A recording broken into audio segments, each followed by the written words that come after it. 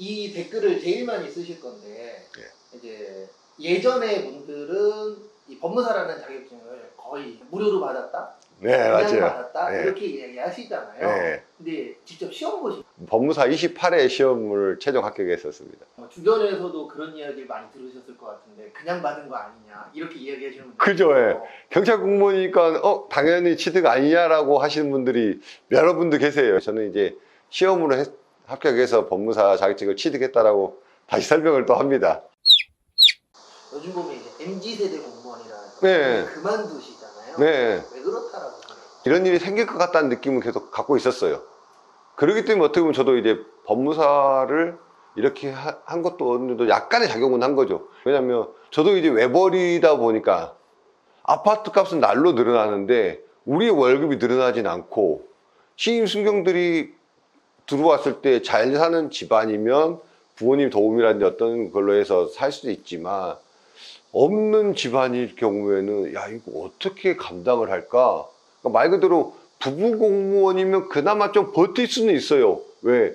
한 20년만 그래도 근무하면 월급이 올라가 있으니까 둘이서 월급이 올라갔으니까 어느 정도 감당은 될 수 있긴 하지만 저처럼 외벌이일 경우에는 이게 감당이 안 되는 거예요. 아파트 값은 날로 늘어나는데 사지 않으면 전세금도 또 늘어나고 내가 이거 감당이 안 되는 수준이 오기 때문에 야 이거 신임으로 들어온 공무원들한테 이거 감당 안 되겠다. 저는 그때도 느꼈지만 아파트 값하고 비교해보면 과연 이들한테 야 공무원 계속해라는 말을 할 수 있을까? 투잡도 안 되기 때문에 일반 회사 직원이면 뭐 대리운전을 한다든지 개인 사업을 한다든지 뭐라도 할 텐데 이게 안 되는 상황에서 얘들한테 내가 뭔 얘기할까? 인생의 선배로서 괜찮아 걱정하지 말라는 난 선배로서 말해줄 수가 없겠더라고요. 근데 진짜 이게 현실로 온 거죠. 그러다 보니까 잠깐 해보니 이게 최저임금보다 약간 늘어나거나 최저임금 정도 수준뿐이 못 벌면서 투잡이 안 되는데 현재 광주만 해도 기본 30평대는 5억 이 정도인데 어떻게 모으냐는 거죠. 그러다 보니까 아무래도 MZ세대들이 어떻게 보면 맞을 수도 있어요. 그 말이 정답일 수도 있어요. 공무원을 그만두면 끝이 아니라 또 새로운 시작.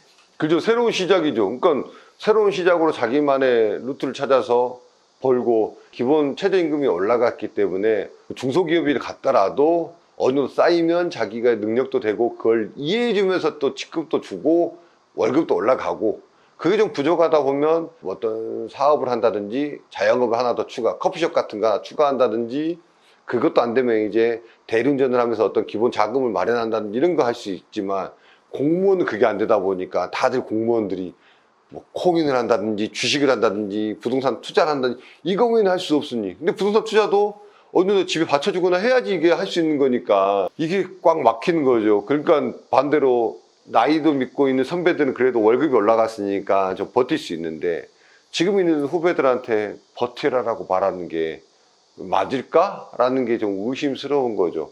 그러다 보니까 지금 있는 세대들은 친구들하고 이제 비교도 되고 인스타로 보더라도 이미 비교되고 그 친구들은 집을 사서 집값이 올라가서 또 안정감을 찾지만 공무원은 겨우겨우 월세 잘해야 전세 들어갔을 건데 전세도 자기 돈이 아니라 대출 받아서 넣었을 건데 그게 과연 이 친구들한테 아 맞아 정답이야 라고 말하기가 좀 애매하더라고요. 저는 예전부터 그런 얘기를 계속 했었어요. 이런 시대가 올 것 같다. 안타깝죠.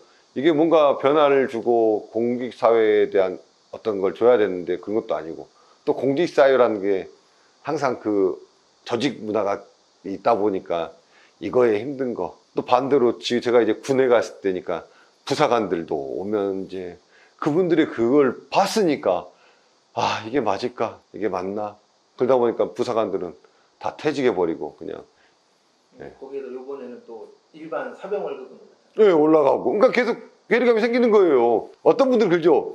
야 군은 그래도 관사라도 주잖아. 가보세요. 관사가 관사인가. 제가 있었을 때가 마지막 근무제가 최전방 그쪽 관할하는 부서였는데 와 진짜 거짓말하고 욕이 나와요. 욕이요. 검문소 옆에서 사는데 부사관들도 있고 와 컨테이너 박스에 살아요. 2인 1조로 컨테이너 박스. 이 땡볕에 컨테이너 박스 살아봐야 에어컨 틀어봐요. 그래도 더워요. 그나마 어느 정도 중사급 좀 괜찮은 애들은 컨테이너 2인 1조 살아요. 하사는 3인 1조로 살아요. 컨테이너 박스에서요. 와, 그분들한테 그거 살라고 말할 수 있냐 이거죠. 그 짜네요 진짜. 이게 공무원이나 이게 아니라 인간적으로 봤을 때 정말 짜네요. 그럼 그 환경이 좋겠냐는 거죠. 3인 1조 사는데 컨테이너 박스에서 겨울엔 춥고 여름엔 덥고, 그분들한테 정말 야, 국가를 위해서 희생해? 교대 근무한다고 잠도 제대로 못 자, 여름에는 낮엔 더워서 못 자. 아 진짜 이 부분들 한 번씩 나라에서 고민해 줘야 될 부분인 것 같아요 진짜요. 예. 공무원은 그러면 언제 어떤 이유로 그만두겠다고 생각을 하세요? 저는 이제 법무사 공부했을 때부터 45 이때 합격을 만약 빨리 한다면 45쯤에 명예퇴직을 해서 그때부터 이제 법무사로서의 한번 삶을 살아보고 싶다는 생각을 계속 했었어요. 법무사 공부할 때부터. 근데 이제 합격이 좀 늦어지다 보니까 이제 그랬던 것도 있고, 그러다 보니까 이제 원래 계획을 했었으니까 법무사 시험을 합격하고 바로 퇴직을 하는 게 아니라 이제 군에서 그때 당시에는 있을 때 합격했으니까요. 그래서 이제 복직을 하고 명예퇴직 신청해야 될 시기가 있는데, 군과 경찰은 또 명예퇴직이 다르더라고요. 그러니까 경찰은 분기마다 한 번씩 명예퇴직하기 때문에 분기마다 신청을 해서 명예퇴직이 됐었거든요. 저는 이제 처음에 공부할 때만 해도 명예퇴직이 그렇게 많지는 않았었어요. 그래서 그런 생각을 했었는데, 군은 특이하게 1년에 딱 한 번 받는 거예요. 그러니까 황당했죠. 아니, 내가 어떤 일이 생기고 집에 어떤 일이 생길지 모르는데 명예퇴직을 전년도에 딱 한 번 받아요. 그때 신청하지 않으면 그 다음에 명예퇴직이 안 되는 거예요. 그러니까 2022년도 12월부터 2023년도 1월까지 신청하지 않으면 2023년도에 명예퇴직 자체가 안 되는 거예요. 그래서 명예퇴직이 안 돼 있다 보니까 1년 근무하고, 그래서 2023년도 12월 달에 명예퇴직을 신청을 했죠. 그래서 최대한 빨리 2024년도 4월 달에 명예퇴직 하겠다. 원래 근데 그걸 계획을 했었기 때문에 명예퇴직을 해서 나는 체리자라고 해서 합격하고, 그 다음에 이제 명예퇴직 신청을 해서 명예퇴직으로 이제 퇴직을 한 거죠. 그 법무사 준비는 얼마나 하셨어요? 법무사 공부는 이제 한 7년 공부했다고 보면 될 것 같아요. 7년요. 그때 당시에도 수사부서에서 근무하면서 수사하고, 또 범위 검거한다고 잠복하고, 또 그러면서 수사는 계속하고. 그래서 이제 옆에 있는 친한 동료들은 그냥 편한 부서에 가서 공부를 해라. 근데 아니, 나는 수사부서에서 근무하면서 법무사 합격을 하고 싶어 라고 이제 약간 이제 고집이긴 했었죠. 그때 당시에는요. 그러다 보니까 기간은 계속 늘어나고 그렇게 됐었습니다. 그래서 어쨌든 7년이면 짧은 기간은 아니잖아요. 그죠, 예. 그러면 시험 볼 때마다 어쨌든 불합격을 하셨을 건데, 예. 불합격할 때마다 어떤 기분이 드셨어요? 특히 1차 같은 경우는 불합격할 때마다 공부를 다시 해야 되는구나, 방법을 바꿔야 되는구나, 어떻게 해야 되지, 기본서 위주로 해야 되나, 처음에 막 그런 생각들 하고, 이런 방법 저런 방법 알려준 사람들 없고. 그때 당시에는 경찰 내에서도 법무사 공부하는 사람들이 아예 없었어요. 아예 없다고 해야 되는 게 맞을 거예요.